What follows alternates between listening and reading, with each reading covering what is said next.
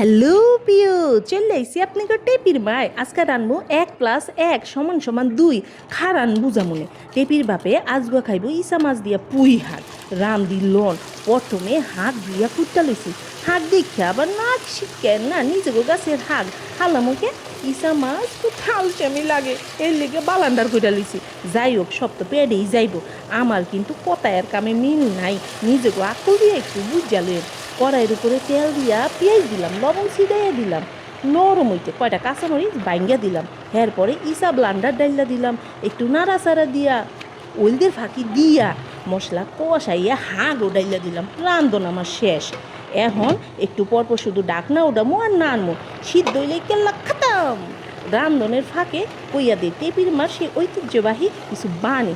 প্রথমে না কইছিলাম 1+1=2, হেইডা হইল ইসাও চুলকানি পুই হাগো চুলকানি, চুলকানি প্লাস চুলকানি সমান খাদ্যে গাও।